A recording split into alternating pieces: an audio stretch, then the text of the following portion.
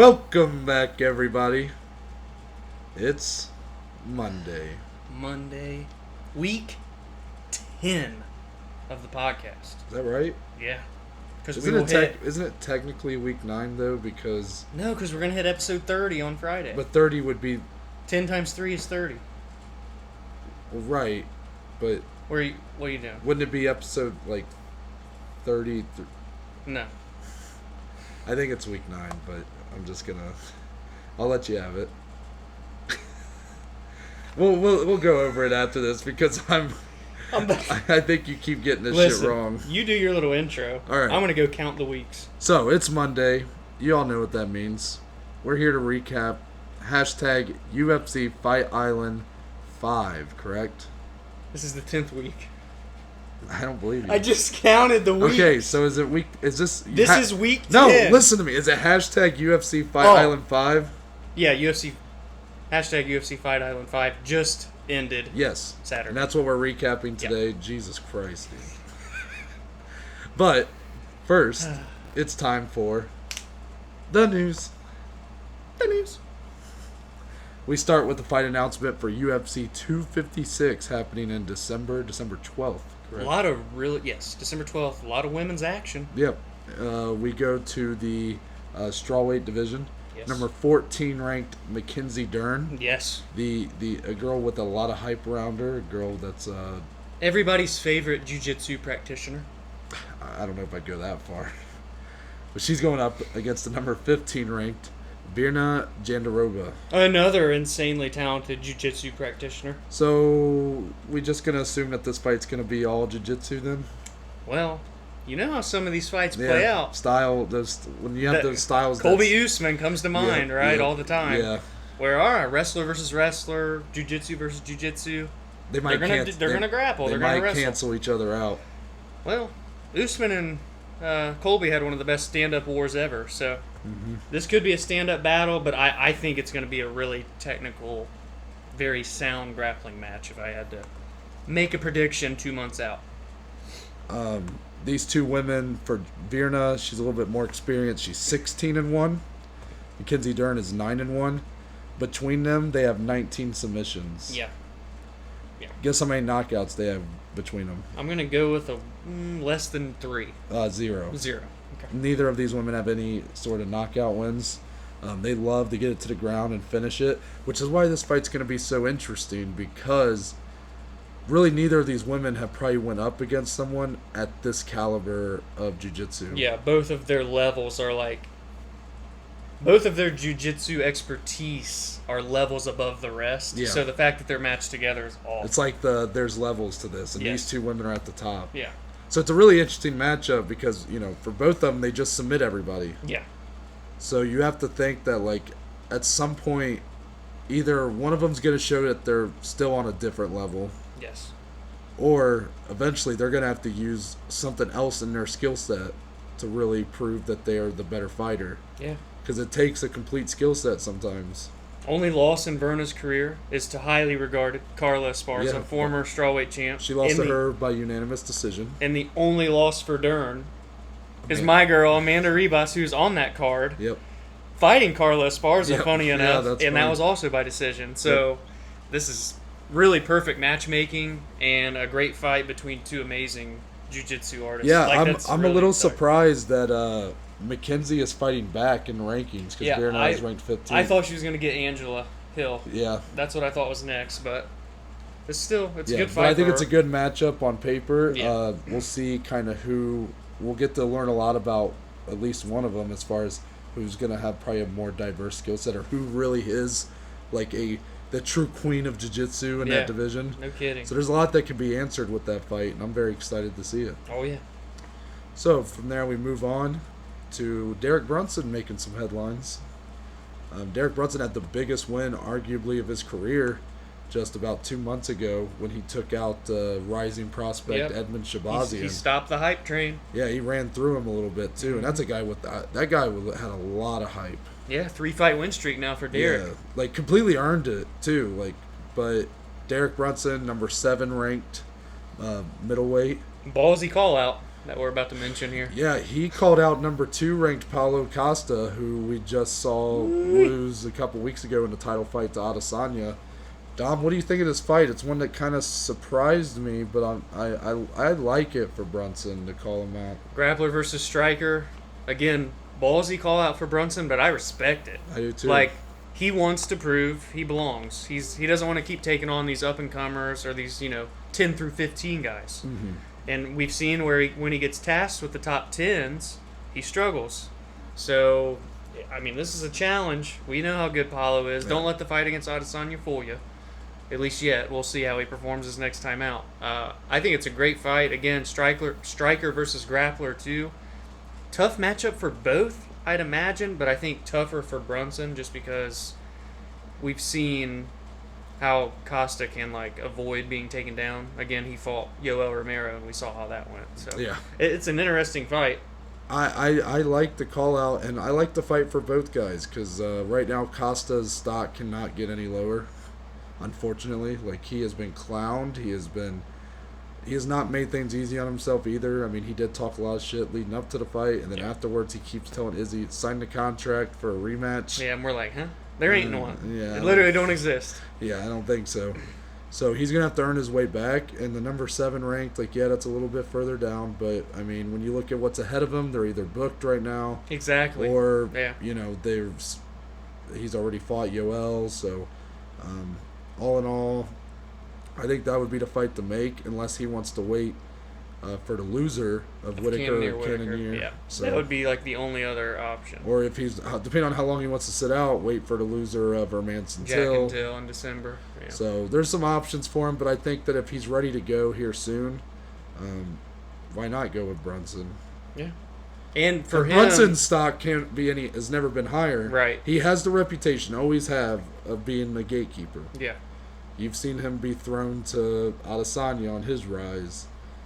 He's been finished a lot. He was thrown to Robert Whitaker on his rise. It's kind of been his role. He's like the gatekeeper. It's if you're legit, you can beat Derek Brunson. But if you're not quite there yet, it's like the RDA kind of thing. Yeah, that's how Except RDA has of course made it to the top. But that's kind of been his reputation, and you see it in his ranking. He's number 7. He's right in the middle of the pack in that top 15. So I like the matchup, and I think it would. Paulo Costa, he still has to prove that he's got to come back in a big way, and I think a win over Brunson could really do that for him. Yeah, especially in a convincing one. And for Brunson, obviously, if you're going number 7 and you beat number 2, you're right in the title mix now. Well, you got to think that Costa, in my opinion, he would have to really work to earn another title shot against Adesanya. I think he would need 4 wins, 3 wins. I guess it just depends on who it is. And I how legitimately convincing don't think they'll book it unless he comes out and starts knocking people out in 10 seconds. Yeah. And, but I think he's looking at a long road back to, and what's only going to prolong that is Adesanya might be going up and fighting John Jones here soon. That might be more helpful. If Izzy goes to 205, then Costa has an easier way back to the title. So there's just a lot of factors. Well, I don't think Izzy would be, unless Izzy's dropping the belt, but I don't think that's what's happening. I don't think he's going to drop it anytime soon, but assuming... Because Jones wouldn't be for the light heavyweight title. No. Not right now. No. So I think that it might be a longer road just because Izzy might be taking a big money fight with John Jones. You don't know. Or he's going to go up and fight Jan for the light heavyweight title. Who the hell knows? Paulo just needs to... I think he needs to try to get back in there soon because I just think that right now, his stock is really low. He almost needs to go out there and try and prove that his performance was a fluke. Yeah. I mean, that's really... That would right be now, best case right for now, him. he's being looked at as like he sucks. That's Yeah. what people were basically saying, and that's not fair. That guy earned that title shot. He was killing people. Yeah. He nearly took out Yoel Romero. Yeah. I mean, that guy's a monster. Just didn't show it in the light. He's looking a little funny in the light. His biggest platform, his biggest stage, he didn't show up.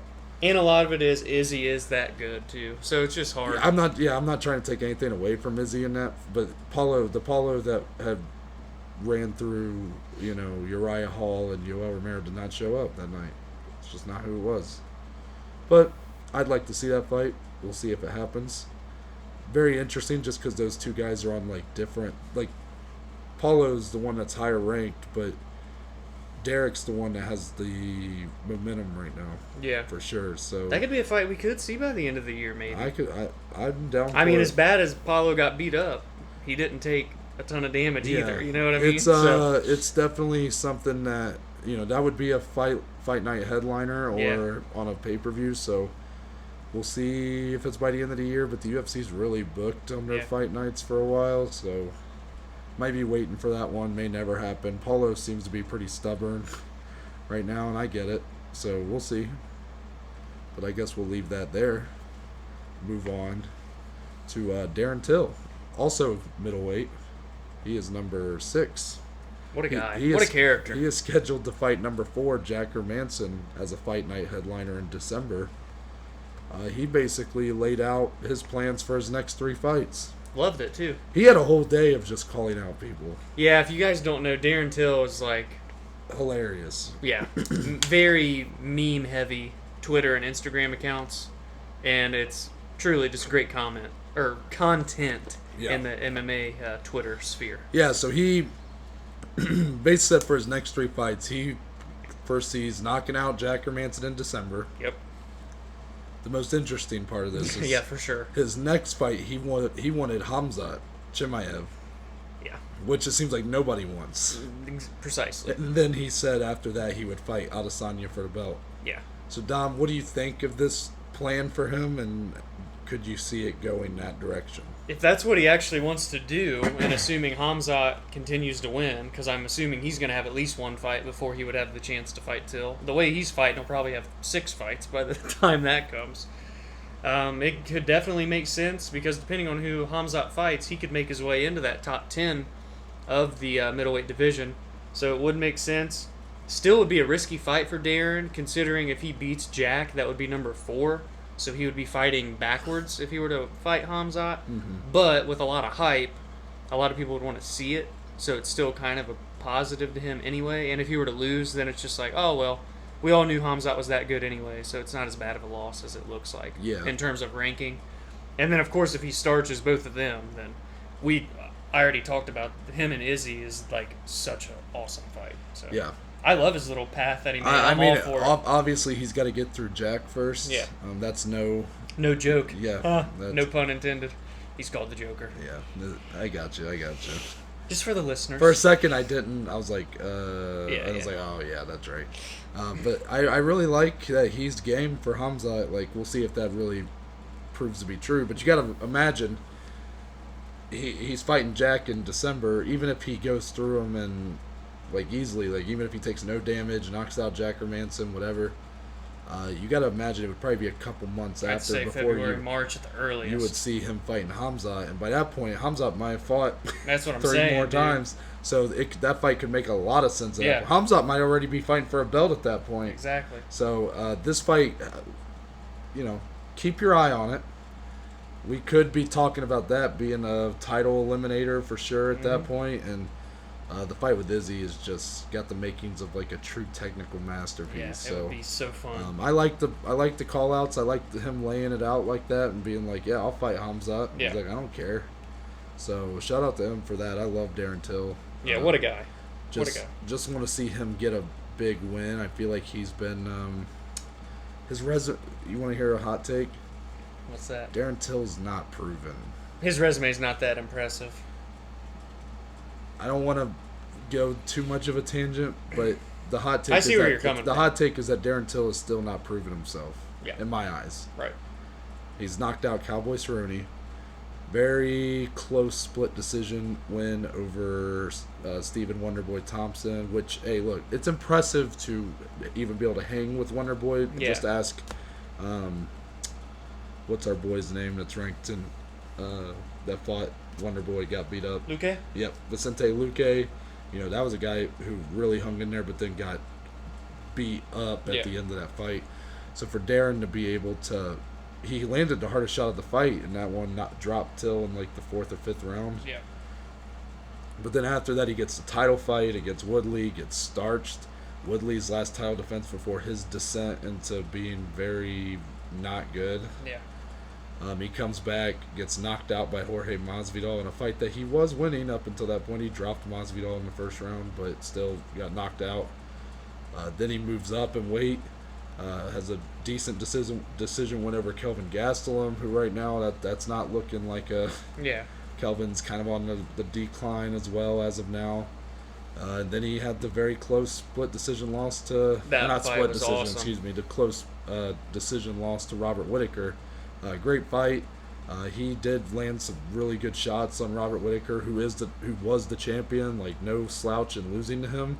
I'm just saying he hasn't proven himself to be a title challenger. In his biggest fights, he hasn't gotten it done. Yeah. To me, he just hasn't proven he's a title challenger yet. It's not even like it's not a slight toward him. We love Darren. Like, I think he's proven that he's a borderline top 5 guy, but is he really championship? He's yet to have that one convincing win against that guy that's still in their prime, and he beats him. Like he knocked out Cowboy, which is a great win. But then you look at Cowboy now, and you're like, oh. Yeah, I mean, when he beat him, Cowboy he's lost 4 in a row, and he just had a draw. And then he beat Kelvin, but then you're like, ooh. Kelvin is on a down slope. He just got submitted in 40 seconds. So. By Jack Hermanson. So Till could very likely come out here and really has a chance to put on a clinic and put on a show and prove it when he can fight a guy like Hermanson. Because Hermanson is legit. Yeah, completely agree. So I like that layout. Hopefully it happens. Or, don't want to say I hope Hermanson or Hamzat loses, but just hope that we can see those fights at some point. Right. So now we move on to a little bit of bad news.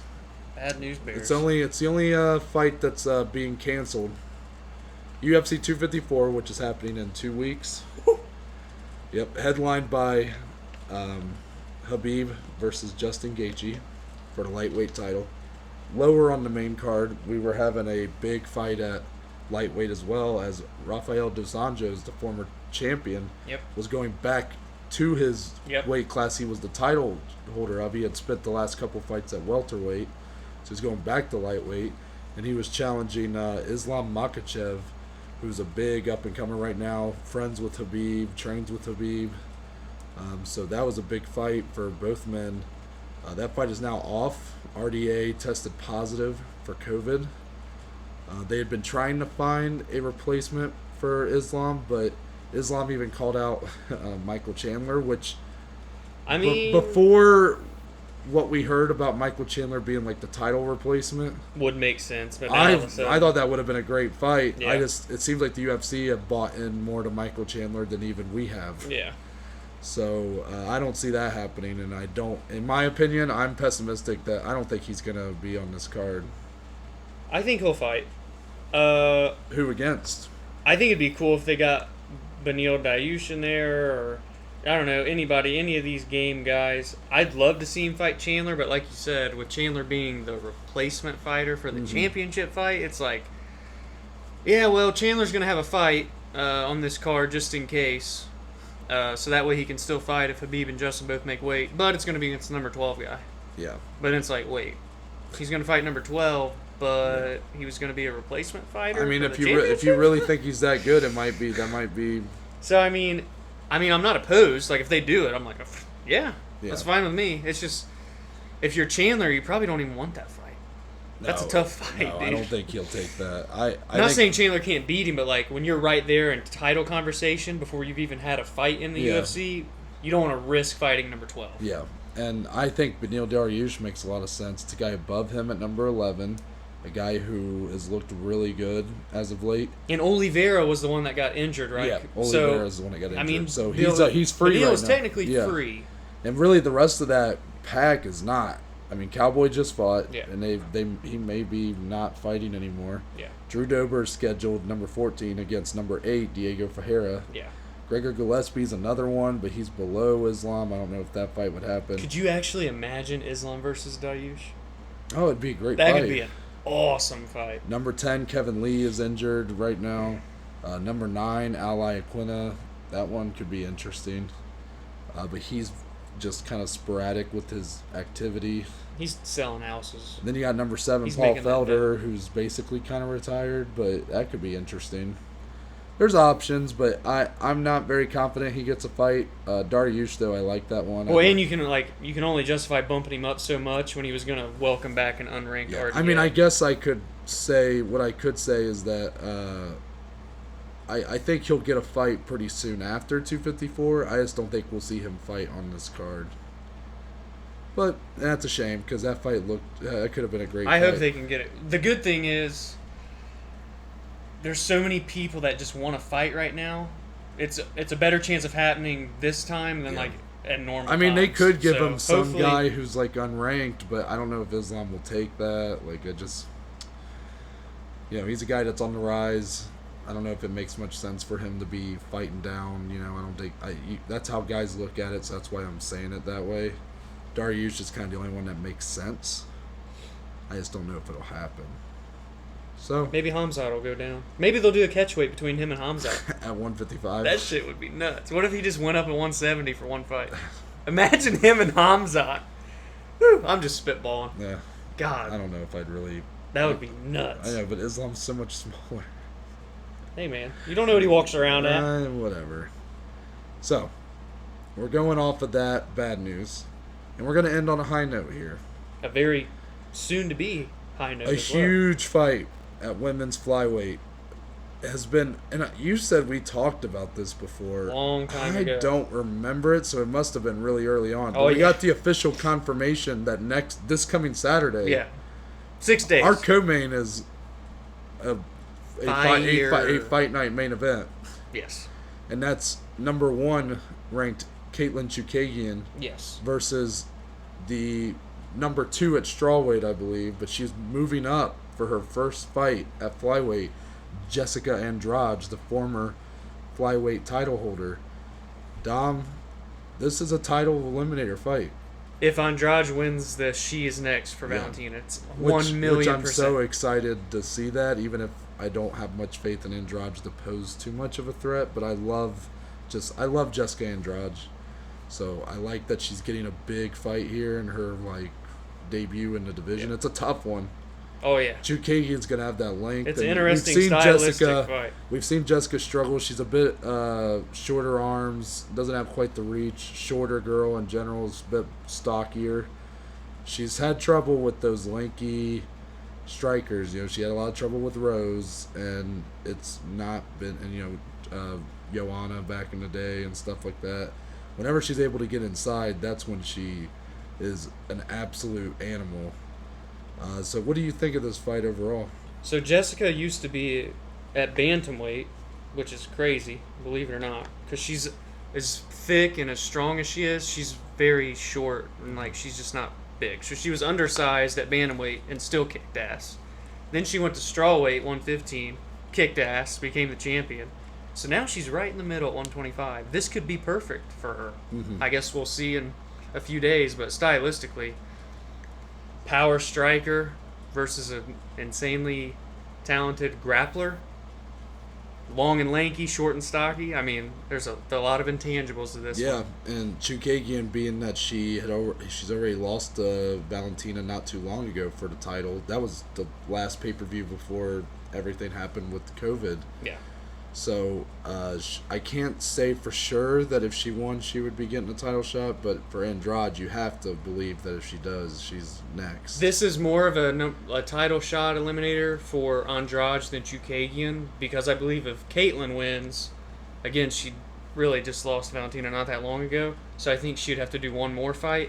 Yeah. So if Caitlyn wins, then I believe the winner of Calvillo, Lauren Murphy, gets Valentina next. Mhm. If Andrade wins, she's definitely going to be next. I'd be Yeah. shocked if she wasn't. Yeah, just because she's got the name value, former title holder at strawweight, Yeah. it would make a lot and of would sense. technically beat number one. So, yeah.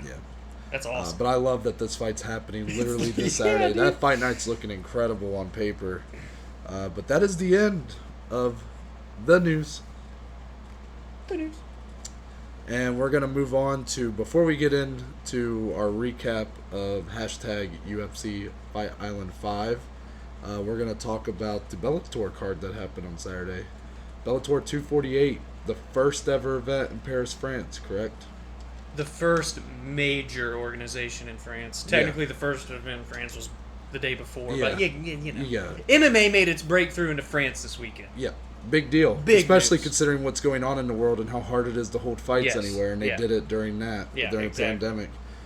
It was headlined by a man who is very well known for his roots being in France. That's Chet Congo. And quite possibly one of, if not the best and most unexpected comeback win in UFC history against Pat Barry. Pat Barry. My God, if you have not seen that I highly fight. recommend checking out. If you can look it up on YouTube, I'm sure, or find it somewhere. If you have Fight Pass, find it on there.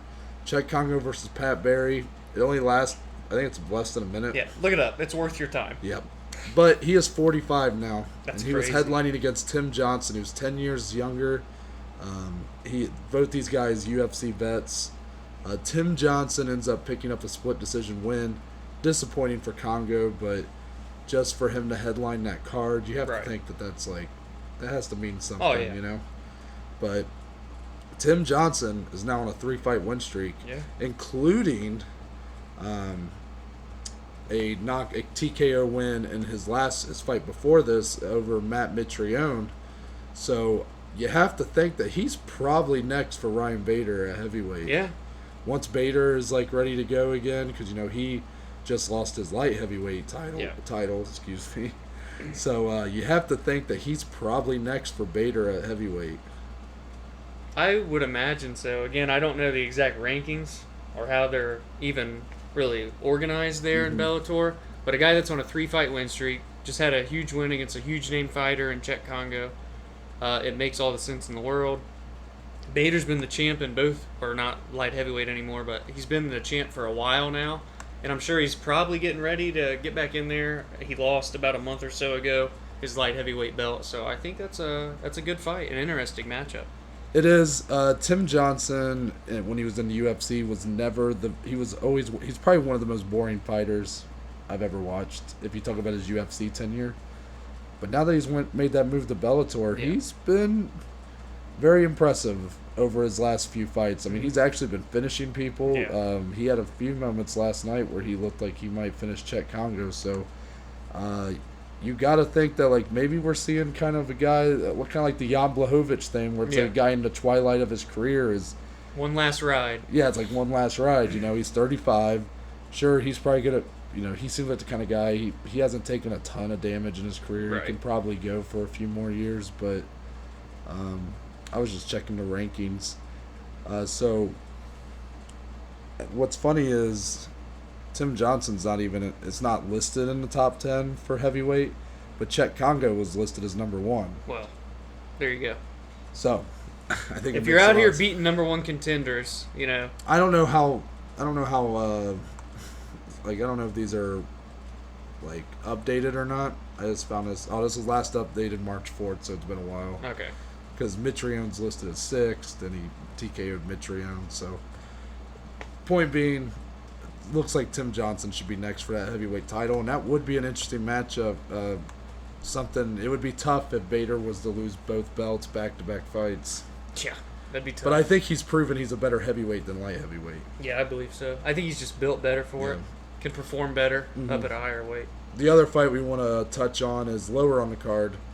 Michael Venom Page, a guy he's really got a lot of hype, I would say, for Bellator. He was kind of like their superstar. He's been championed as their big prospect that they've been building up. Yeah. He had a fight Saturday night against Ross Houston, where he ended up winning via unanimous decision. Ross Houston being the Cage Warriors welterweight champion. For those who don't know, Cage Warriors, that's where Conor McGregor held 2 belts. Quite the farm for really growing these up-and-coming talent. Yeah. But they had a very sluggish fight. Yeah. It was a very poor fight, just being honest. Did not do much it did not really show that Houston was ready for the big leagues of Bellator. Yeah. And for Page, this is again, he has been for as much time and effort as Bellator has put in the really building up Michael Venom Page, and for him to kind of have that personality and that style that really sells well with a casual audience. There's been a growing negate negator side as well, where they've started to people becoming more and more like he doesn't fight anybody that's like, of the same Right. of that caliber. Because he at one point was putting on these incredible finishes, Well, performances, yeah. flashy. I remember and at one now- point because he had gotten a lot of comparisons to Wonder Boy Yeah. for his style, and I remember hearing debates online about if he could beat Wonder Boy Thompson. I think after Saturday, and probably even should have known this before, he's not at that caliber. Right. I like Michael Venom Page. I like what he brings to the sport, but eventually you have to just. Eventually you can't just keep feeding him these guys that aren't ready for. Yeah. They're not on the same level as the rest of the division. Yeah. It's the same thing about like the former WWE superstar Jack Swagger, Yeah. who's there. His name's actually Jake Hager. Yeah. Yeah. Yeah. So they've done the same thing with him. They bring in these guys that are like 1-1 and they're 40 years old in their professional MMA career. Yeah. It's like this guy would not be fighting in Bellator unless you just wanted. Yeah, this is one of your superstars, so you want Yeah. him in these, bigger fights. And he's already 33. Yeah, it's weird. That brings his record to be 18-1. That's impressive, but really the biggest win on his resume is Paul Daly, Yeah. and that was also a very sluggish fight. But then his one loss, which was by far the biggest name, on was his- Douglas Lima, Exactly. who knocked him out in a highlight reel knockout. Yeah, one of their studs in Bellator. But you Douglas look at Lima. the fight since then for him, he's knocked out Richard Keeley, Giovanni Melillo, Shinzo Anzai, and then Ross Houston. I'm sorry, but those aren't the same caliber. So it's kind of like he's 33. How much longer do you really have? Like, you're just gonna have to start giving him more legit guys and see if he can prove that he's really worth it. Yeah. That's just kind of how I feel about it. But it was a agree. very poor fight. I'm just being honest. It stinks when you have such a great character and personality, and then the fight's just, Yeah. Yeah. It stinks. it didn't do anything for either man really, and that's a shame. But it's the way it goes sometimes. Yeah. But we just want to touch on that. That was Bellator 248, the first major MMA promotion to host an event in Paris, France. Global. Yep, global impact. Love Worldwide. touching on that. But we move on to hashtag UFC Fight Island 5. We're recapping the whole main card. Another 6-fight main card. Yeah, of course, now it's on here updated for me to show that it was 6 fights. But just to run down our results from Saturday night, we started with featherweight Ilia Tupiria getting a unanimous decision win over Yusuf Zalal.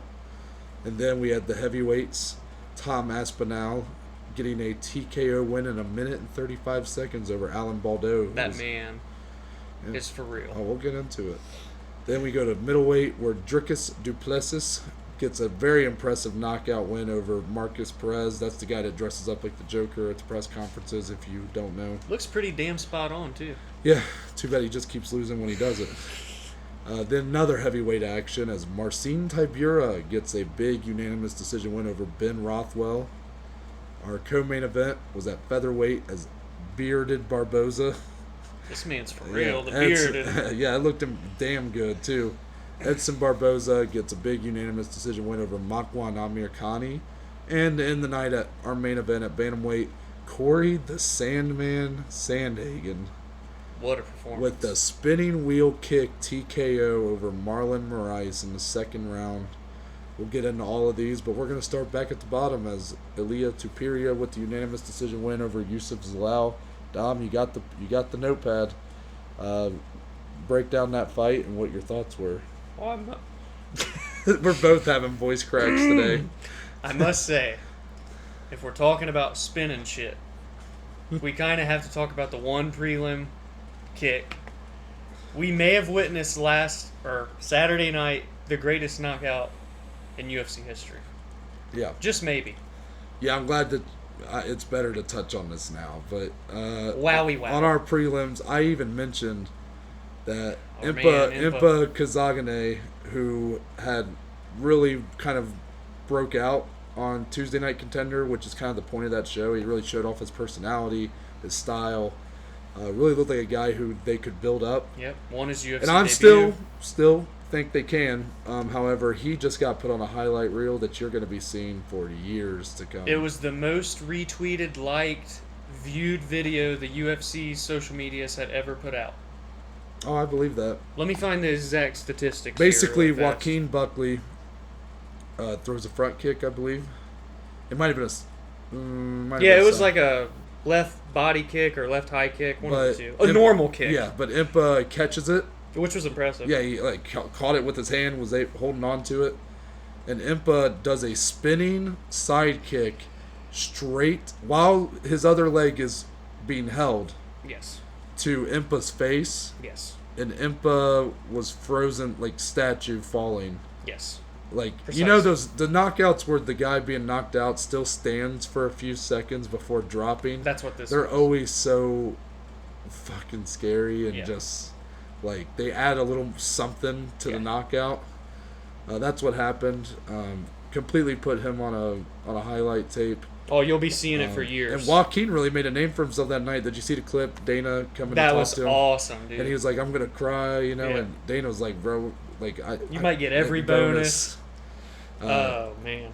He really made a name for himself that night, and he got to show off his personality as well. That's a tough loss for Impa, a guy that really was on the rise, and now this is it's kind of like the Ben Askren thing of like this is always gonna follow him now. That's exactly what it's like. That's a very great comparison. Of course, not the same name, but you know, these two weren't like shit talking each other in the lead up. A lot of respect. Yeah, so I can't say that he's going to be clowned for it forever, but you know, like, if Impa Kazagane is ever in the top 10, top 5, if he's ever in a title fight, people that like the other fighter, they're going to be posting his face when he got knocked out. Like, it's the nature of the beast. But, Before last night, or Saturday night, because this is always uploaded on Monday, Buckley had around 3,000 followers on Instagram. Mm-hmm. He has 58,000 followers right now on Instagram. That's the power of social media is the UFC's massive. tweet of the kick has, at this moment when we're recording, 11.6 million views. Wow. 139,000 retweets. 346,000 likes. That is a lot. The whole world saw this last night. Yeah. And it was a prelim fight. It was a prelim fight. Of an ESPN Plus card. Yeah. No, it was. I mean, absolutely awesome, incredible. We can't say anything that hasn't already been said. It's one of the best knockouts ever. I'm not gonna quite say it's the best. Recency bias would make me not say that because it's very easy. You'd have to go back and really let's be analyze honest. The best knockout in UFC history is probably the Masvidal flying knee. Oh, even our man who we're gonna speak of, Barboza, he's got that spinning wheel kick. That was a wild. Like for me, it's probably Masvidal with the knee, just because of 5 seconds, everything that led up to it, the hands behind the back. But that does not take away from Buckley. Easily knockout of 2020. Oh yeah. Which at the end of the year, I'm sure we'll talk more about when we do that end of the year stuff. But I'm very excited to really see both these guys fight again. Tough loss for Impa. He was very respectful. Did you see he tweeted at Joaquin and just told him what an honor it was to He's share the such cage. a well-spoken, gentleman, very humble, very true mixed martial artist. Yeah. And I'm very excited to see both these guys fight again. Shout out to Buckley, who really made a name for himself. When I was giving my shout out to Impa on Friday, didn't even mention that he was fighting Joaquin Buckley. And now guess what? I'll never forget him again. Yeah. What a performance! What a kick! Mm-hmm. You'll be seeing it for years to come. Yeah. But now we move on to Ilia Tupiria. Unanimous decision whenever Yusuf Zalal. Go ahead and take it away. Let's just say Ilia is an incredible grappler and an incredible submission specialist. Mm-hmm. Really, just round by round, there wasn't a ton to go over. Just a lot of really good grappling. A huge suplex that happened about halfway in round 1, which is pretty cool. You don't see the suplex happen. Yeah, not too much. Too often. It was like some Kurt Angle shit. The German suplex. Yeah, it was pretty awesome. He had 5 or 6 total submission attempts throughout the fight against Yusuf. He's an incredible grappler. At the end of the fight, he ended with over 6.5 minutes of control time on the ground. I did have, it was 3-0 in my opinion. The scorecards, however, was a 29-28. All three judges, a unanimous decision for Ilya. The only negative that I saw out of him was that he did gas quite noticeably in that third round. But at the same time, if you watch this fight, the amount of pressure that he put on and the grappling and all of the submission attempts, it really takes a toll on your body. So it just really showed. So again, he can improve that gas tank just a little bit or learn to just dial it back just a little so he can be fresher in those later rounds. But other than that, extremely good performance from Ilya. Excited to see him back again. It's always fun when you see these submission specialists really put on a show with their jiu-jitsu and their high-level grappling. And shout out to Yusuf Zalal, by the way. I know he lost, but he's no slouch, and he escaped every one of those submissions. This is a guy that had 11 submission wins coming into this fight, and Yusuf escaped every one of them. No, he definitely showed that his defense is very top-notch. But the big takeaway being, Tupiria looked damn good. I can't really put it any better than you just did for that fight. I'm still interested in Yusuf Zalal. I think he really showed something in that having that high caliber submission defense. You know that's gonna do you wonders as you make your way up. You know the ladder. And for Ilya Tupiria, what a way to come out, opening up this fight night card, and the one that is initiating all of these submissions and the suplex. Like, he really did look very clean on the ground.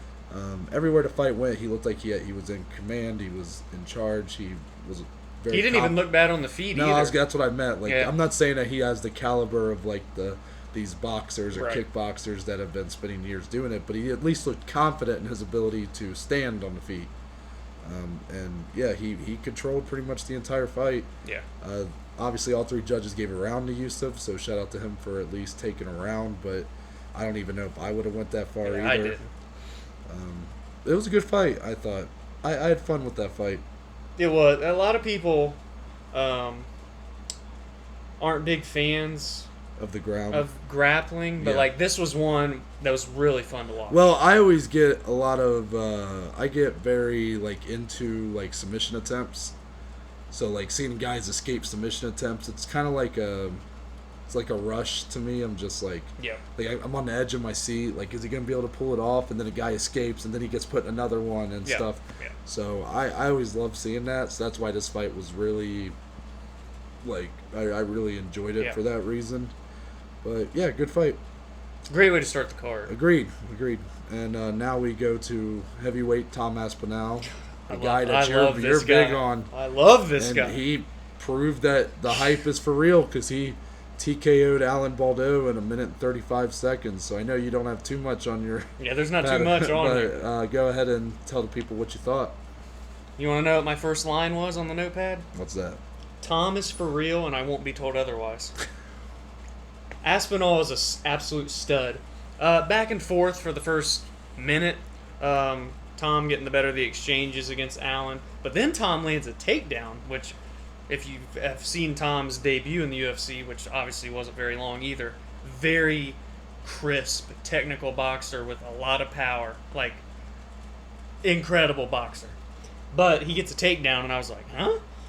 Went literally straight to mount and started ground and pound, and it was literally, that was it. Allen couldn't keep taking these shots from a big dude laying on you like Tom. Minute 35 into round 1, TKO. I'm all on it. I'm all on the hype train. Undefeated in the UFC, 2-0. He's had 2 fights, and both combined are less than 3 total minutes. And now he wanted to fight Sergey. How do you say his last name? Sergey Spivak. Sergey Spivak, because that was who he was originally scheduled to fight. Sergey had to pull out due to, I don't know if it was COVID or injury, but either way, that's kind of the next step for him, and I think that makes all the sense in the world. Would love to see that happen by the end of the year. And then if he were to go in there and get another finish, especially if it's first round. It's definitely top 15 talk. Yes.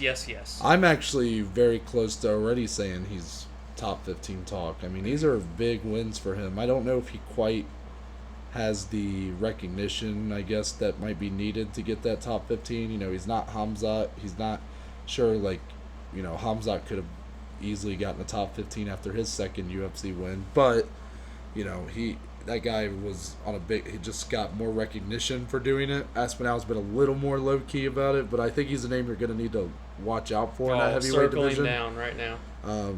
A fight that down the road I would be very excited to see is him versus number 15 Tanner Boser. Yep. Just throwing that out there. Could be after one But more. I'm a guy that likes Sergey Spivak as well, so I would like to see that fight too, and it makes sense to rebook it since they already booked it once. Right. He looked damn good, and it's a shame for Baldo. That was his UFC debut to be put away pretty easily. A guy who was undefeated going into that fight, I believe.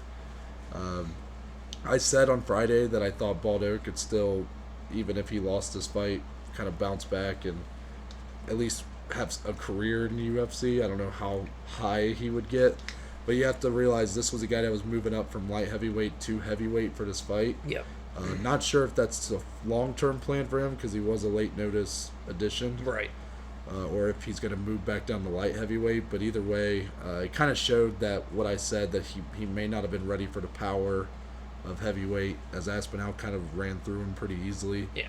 So I would say Baldo should probably go back to light heavyweight. I don't know how hard of a cut it is for him. He didn't look overly small, I didn't think. Mm-hmm. But... And he's a tall guy. Yeah, he's tall. I definitely would... I would probably rather him go back to light heavyweight and see if he can get another fight in the UFC and maybe bounce back there. But either way, can't hurt to have more in that heavyweight division because it is a very thin division. Yeah. And for Aspinall, since it is so thin, you could capitalize on that pretty easily. I mean, I bet he could get a top 15 right now. He probably could. I really enjoyed his post-fight interview because he wanted to give Sergey his due. He wants that fight to happen. And he's just like, I'm in no hurry. I'm young. I plan to fight 10 more years if I can, so I'm in no rush. I want to improve every aspect of my game. And so I respect that when a fighter comes out and admits that, and they're not just like, oh, yeah, top 10 right now, I'm ready, you know? They know where they're at and where they want to be, and that's more reason to see. That's like what this that was guy. my takeaway. Was like, I'm sitting here going, I could see him fighting top 15 next, and meanwhile he's like a little more reserved on where he wants to go next. Yeah, he realizes that he's good, but he wants to be better before he gets these big names thrown to the wolves. Exactly. Yeah. I love it. Then we go to another UFC debut, Dricus Du Plessis, with a big knockout win in 3 minutes over Marcus Perez. This guy's badass. Tell the thing that you told me before we started recording. So, Dricus is from South Africa. Mm-hmm. Dominated their circuits down there. Literally every organization he's fought for, dominated. He was a double-weight world champion, going for his third belt at a third weight class before the UFC gave him the call to come to the UFC. Do you know what 3 divisions it was? I don't. Okay. I'm gonna maybe guess, they have different weight classes, but my guess is that middleweight might be his sweet spot. Well, I was gonna say the lowest class of the 3 he went for. Might have been middleweight, light, heavyweight, and this guy is huge. He's for middleweight. very big. He reminds me somewhat of like Apollo Costa, and like, how does this guy make 185? Yeah. Like, he was huge. Marcus Perez looked like on a completely different weight class than him, and it showed. Look, this was a tough loss for Perez, man. I mean, outside of me kind of clowning him about the whole joke. Clowning him about the whole Joker thing. We're punning. I didn't. That was unintentional. Never mind. I was going to say something real cringe. Marcus Perez is now 2-4 in the promotion.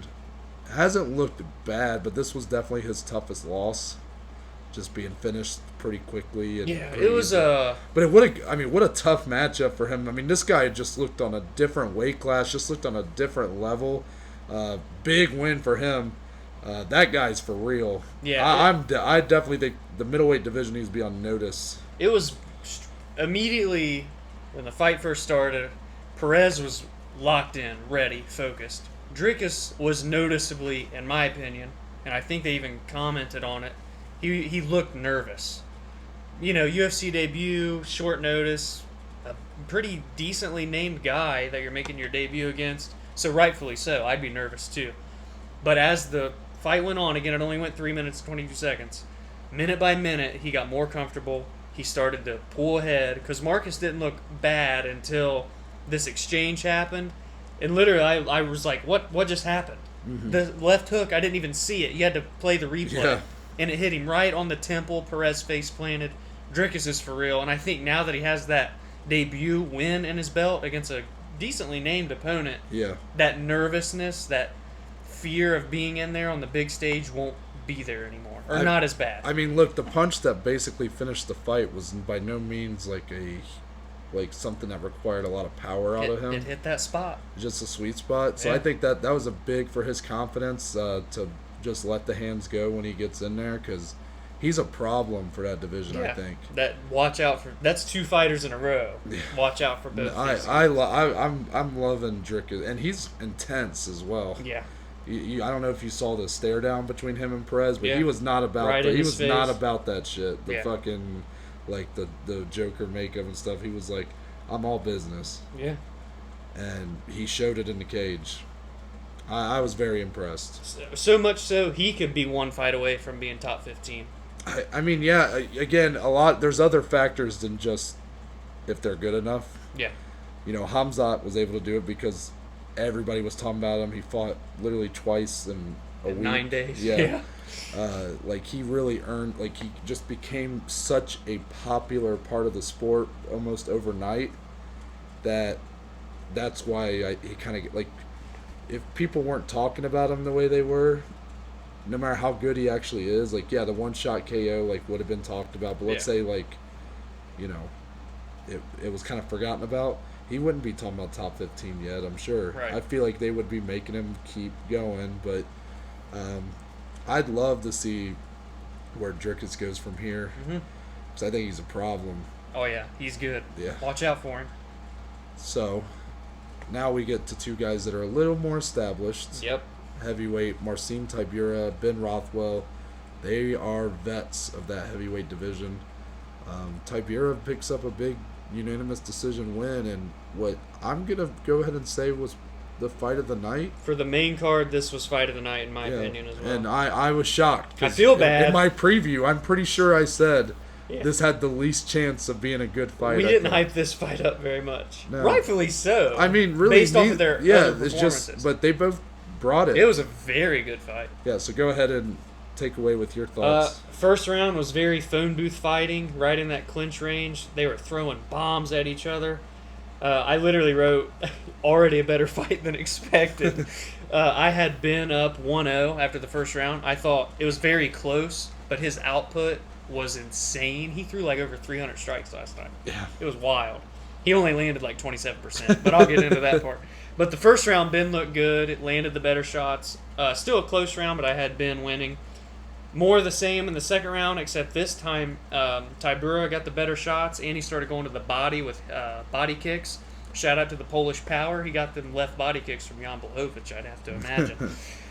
So I had it 1-1 going into the third. Knew it was going to be a very good fight, a very good final round to determine who's going to win. And Tybura actually got a big takedown and dominated every second of it with very active ground and pound. And honestly, I think they even, or no, it was a 29-27 times 3. But a lot of people were even calling for a 10-8. Yeah. I was on the fence because I use Verdict MMA. Yeah. Shameless, like, not paid or anything, but like, if you guys don't know who Verdict MMA is, you get to basically score the rounds live, and then they take globally and announce the stats. So I've been doing that the past 2 cards. And a lot of people did score at 10-8, but I went 10-9, just be nice. But needless to say, he dominated, and I was very impressed with his entire performance. Well, the judges apparently agreed with the 10-8 because it was 29-27 on all 3 scorecards. Yeah. So. Was that your thoughts? Yeah. Oh, okay. And Marcin is now won 3 in a row, and he's ready, in my opinion, right back in there for number 15. Yeah. Or top 15. I mean, he at one point was in the top 15. Not sure what kind of caused him to fall off for a division that's as thin as it is, but I'm definitely thinking that I want to see him and Tanner Boser next. Yeah, that would make a lot of sense. Tanner Boser, number 15 ranked, a guy that's definitely, I know I've mentioned him twice, but you know, he's 29. He's definitely one of the guys that their division's kind of depending on to be as legit, a little more so than maybe Sakai as proven. He's 19-6-1. He's lost in the UFC, lost to Cyril Gane. That's another guy that I could see, but this would be a big step up for Bozer in his level of competition. Yep. I think it makes a lot of sense to book that.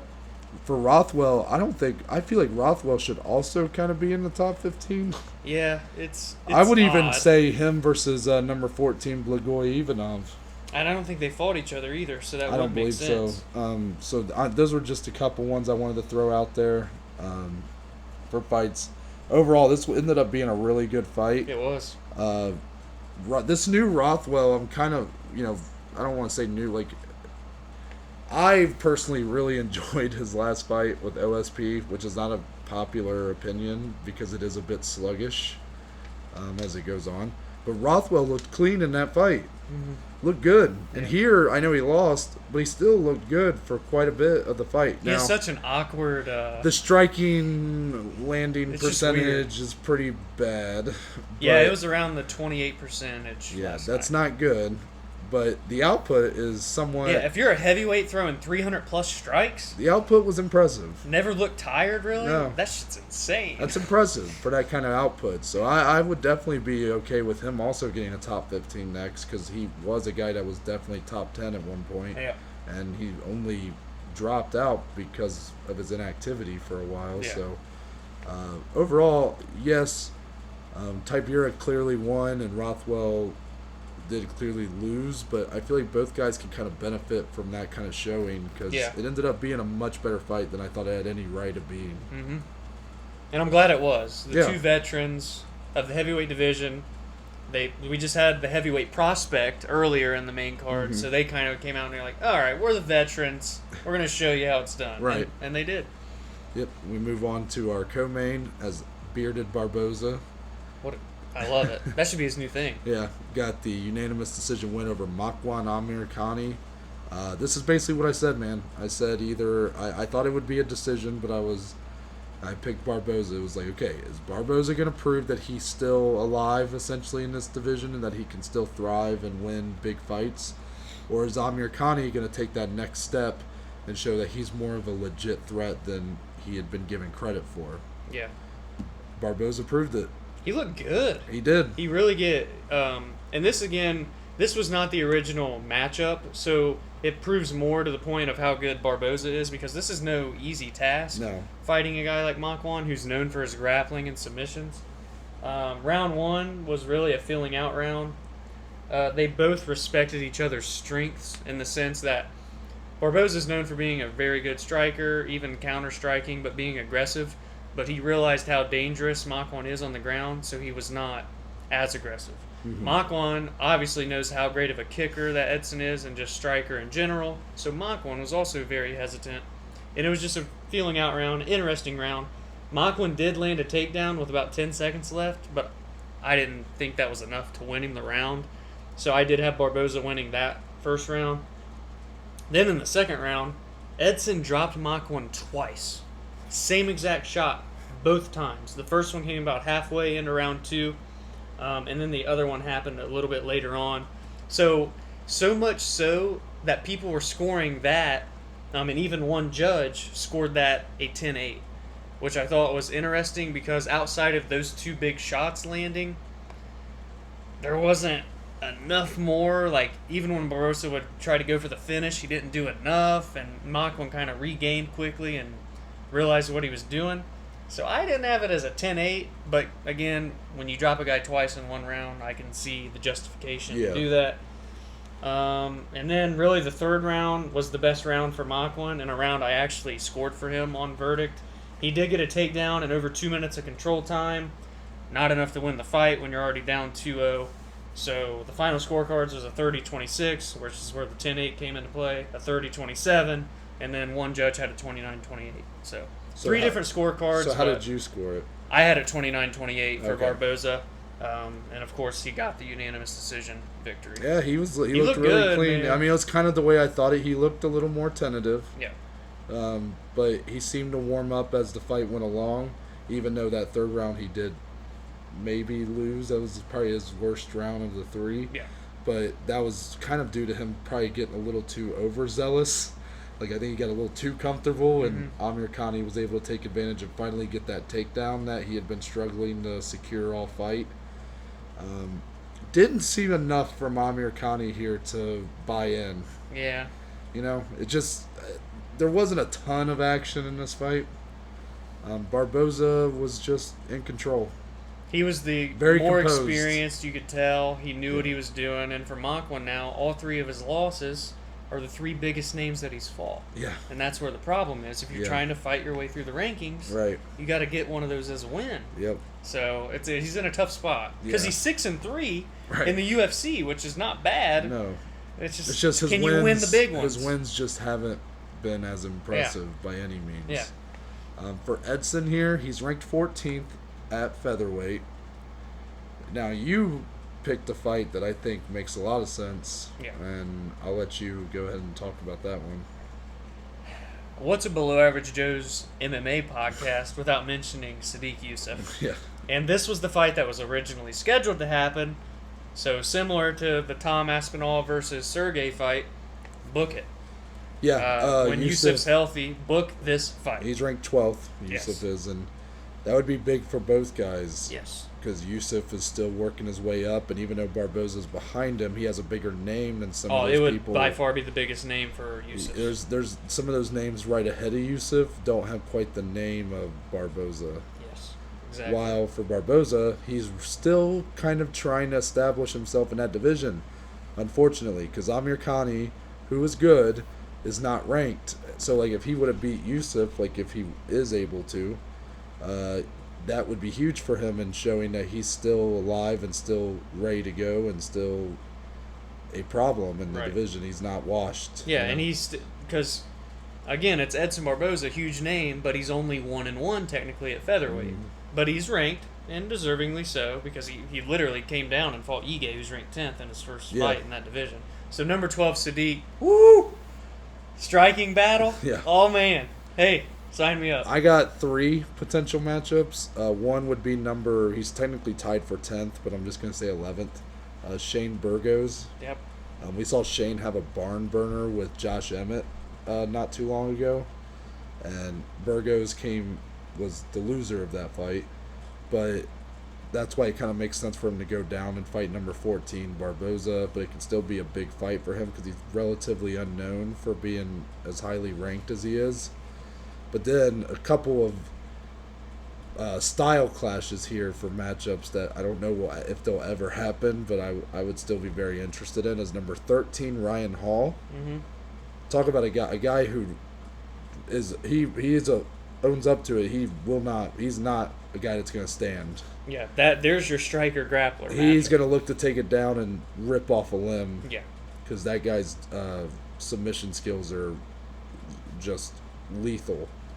And number 15 ranked Bryce Mitchell, who's kind of the same story. Wouldn't say he's against being on the feet, but his groundwork is so impressive, and we saw that on full display at UFC 249 against Charles Rosa. Yep. So I've been ready to see Thug Nasty get back in there. He's a guy that is very popular, and it could do a lot for either one of them to win that one. Now, Mitchell being 15 is behind Barboza, so that one probably has less of a chance of happening. But give me him and Burgos, or him and Ryan Hall, or him and Youssef. Those are the 3 guys ranked in front of him. I'm all about that. Love it. Yeah. Shout out Bearded Barboza. Seriously, Bearded great. Barboza. Good for him. Yeah. I'm happy for him. So now we're here, the main event. Main event of the evening. Yeah, this was a big fight for that bantamweight division. Number 1 ranked Marlon Moraes, a guy who has seemingly been ranked number 1 in that division for 2 years, just really holding that spot. He went up against Corey Sandhagen, who is ranked number 4. Yep. And Corey Sandhagen ends up getting a second round TKO being the spinning wheel kick. Yeah, was not expecting that. Yeah. All kinds of spinning obviously, things. we both picked Moraes to win this one, Yeah. and Sandhagen said, y'all must have forgot. Made us eat our words. My biggest takeaway here, and we'll get into the more nitty-gritty of the fight itself, my biggest takeaway from this fight is that this firmly established that Aljamain is number 1 for that. Yeah, 1 million. If that hadn't already been clear, he's the number one contender. 1,000,000%. The only person who could have any sort of argument against him is Marlon Moraes due to the KO win he had over him. Even though he also had the weird split decision with Jose Aldo, but now that he's been taken out, it's all Aljamain and Jan. That's the matchup now. Especially when you look at both of their last fights. Yeah. Aljo beat Corey. Corey just TKO'd Marlon. So just Aljo Jan signed the papers now. Yeah. Anyway, first round was an amazing round in the sense that it was a very technical, seeing what each other are going to do, but still a lot of strikes were thrown, a lot of strikes were landed. I actually had Corey up 1-0. I could see the opposite being Marlon as well. I did have Corey, he had very good leg kicks, utilized the reach a lot more. He's a long, lanky guy, especially for that division. And I think Corey's 5'11", Marlon's 5'6". Yeah. I mean, they look like different weight classes in there last night. So it was a very back and forth first round, very fun to watch. I love when people have those feel out rounds as long as it's not too boring. And this was like that perfect. Yeah. Watch them learn what they're going to do. Both guys, and I know this is true for any fight, but for both these guys and in this matchup, it really felt like you had to pay attention at all times because it really felt like at any point one of them could land one shot and it'd be done. Yeah. So I think that's what adds to that being an exciting feeling out process because when they are throwing, even if it's not like a lot as far as quantity, you feel like the quality of the strikes are perhaps very deadly. Yeah. But I'll let you continue in your breakdown there. Well, there's not much to speak of in round two. Yeah. More of the same at the start, but Corey didn't waste any time. 1 minute and 3 seconds in, he does a wheel kick. A spinning wheel kick. I put, wow, amazing. Spinning wheel kick out of nowhere. From Corey? Yeah. That's what I wrote. If anyone was going to do some spinny shit and get a flashy knockout, I thought it was going to be Marlon. Right. And if we're talking one-shot power, again, this wasn't like a one-shot kick and Marlon was asleep, but that's also toward Marlon. So he lands this spinning kick, sends Marlon doing cartwheels backward across the octagon, pounces on him for the TKO ground and pound finish. It was a perfectly good stoppage, in my opinion. People were arguing as people do. Whatever. Everybody, that seems to be all people talk about. It's just nowadays. like he just would have kept getting punched, and Mark Goddard's like top tier, one of the best, if not the best. Yeah, it's like him and Herb are like the top. Yeah. So he stepped in when he needed to stop Marlon from taking further damage. Marlon seemed okay with the stoppage. He was wobbly, getting up. Corey Sandhagen, he's for real. In case y'all forgot. Yeah, and if y'all forgot, he made a couple call-outs too after this fight. Loved both, but especially one. He said either number 5 ranked Frankie Edgar, or an unranked fella. An unranked fella.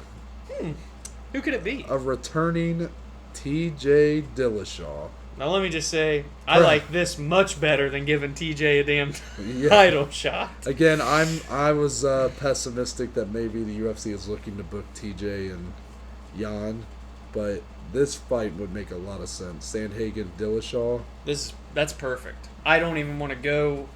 Corey versus Frankie's cool and all, but I want Frankie Dominic Cruz, the battle of the legends. Right. Sterling Jan. Corey Sandhagen welcomes back the former champion. Because TJ didn't lose the bantamweight belt. He went down, lost to Henry, and then he got kicked out of the UFC. Right. Not kicked out of the UFC. You get what I'm saying. Suspended. 2-year suspension. So, what better way to welcome him back than the guy that's readily available in the top 5? And that if TJ can win, can probably get a title shot right afterward. And if Corey beats TJ, he's right next in line, following the winner of Sterling Jan. That's it. Book it. And the timeline lines up. Yeah. Because Corey just won. It's October. TJ's eligible to return in January. Corey didn't take damage. January, February, March. Book it. Yep. I love it. I love it because I think it does a lot for either guy. Sandhagen, who, again, the rising prospect that he is, that would be his biggest name. That was an incredible, intelligent call out by him, I must say. I agree. Sometimes there's call outs and you're like, huh? Yeah. Or they're just going after the big name guy. Yeah. This makes so much sense for Agreed. him, and I'm so glad that he utilized the Yeah, I liked platform to do he it. named a couple guys. Like, both of them make sense. They're both veterans, legends of that sport, and I'd be fine with either one, even Frankie. I know I'm still 1 foot in, 1 foot out on Frankie's like value in the top 5 of the division. I'm still not 100% in on him being like that highly regarded at bantamweight at this point in his career. But he did have a big win over Munoz, so who knows? Overall, though, the fight was very good. Didn't last super long, but it was very impressive by Sandhagen. For Marlon, I mean, I don't know. I would actually probably say him versus Pedro Munoz makes a lot of sense. Yeah, I agree. That's a really good fight. He's fought a lot of the guys at the top of that division. And that's one of them that he hasn't. Yeah. So, I mean, I would say Cody Garbrandt, but Cody is injured. And if it wasn't for Cody going down next to fight Davidson, that's like... We both said that on our special episode last week. So, yeah, that would be it. But, again, Cody's not there. Mm-hmm. Pedro makes a lot of sense. I think so, too. Pedro coming off a debatable loss in a split decision to Frankie Edgar. Yeah, that was tough. Yeah, fight where he looked good, and he has that knockout win over Garbrandt from the past, so he's shown that he can bang when it comes to with the hands. I like that matchup. Yeah, that's a good one. And that could headline a too. For sure. Marlon's proven that he can hold the cards on his shoulders. When you're fun to watch. Yeah. People gravitate. Watch. People gravitate. You put asses in the seats. Yep. In this day and age, they're in the recliners, not in their arena, but you know. Yeah. And with that, we're closing the book on hashtag UFC Fight Island 5. Then we get another one. Yep. So, for the rest of the week, Wednesday, this episode's a little extra special because we're going to be reviewing Fight Island Declassified, the 4-part miniseries documentary that UFC put together. It's on Fight Pass, it's on ESPN Plus. Basically totaling about 2 hours in length or so, a little over 2 hours maybe.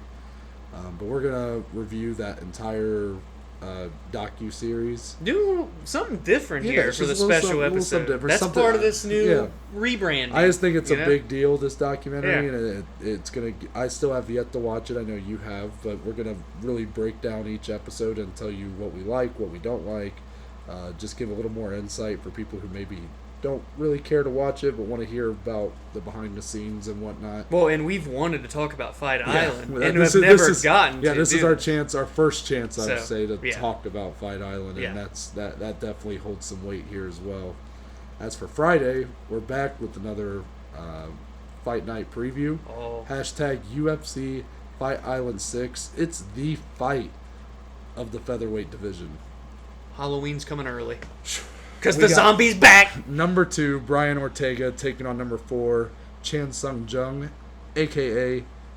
the Korean Zombie. I'm not ready for this.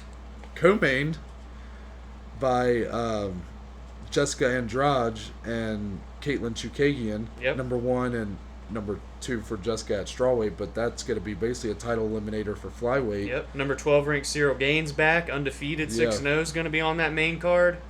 This fight night, for even the most casual fan, is going to be one that you're going to want to watch. The last fight night before Habib and Gaethje. Yep. And they're going big. Yep. So we're going to be breaking down that entire card on Friday. Very excited to do so. Just want to let y'all know we'll probably be doing the next couple episodes from different locations again. A little remote action. So just be prepared that you won't notice any much of a difference. Just I might sound a little bit different as far as what I'll be using to talk. The quality of the audio. Yeah, like it's not bad, but you get my point. Yeah. But they'll listen. We'll just do. They love us. Next 3 episodes will be remote, so just be on the lookout for that. But Dom, tell the people where they can find you on social media.